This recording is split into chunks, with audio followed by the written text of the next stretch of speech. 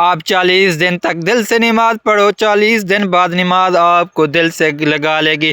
اللہ ناراض ہو تو روٹی نہیں چھیننا جاتا بلکہ سجدے کی توفیق چھین لیتا ہے۔ حضرت علی رضی اللہ عنہ فرماتے ہیں سکون میں سادگی میں، دکھ ہمیشہ دکھاوے میں۔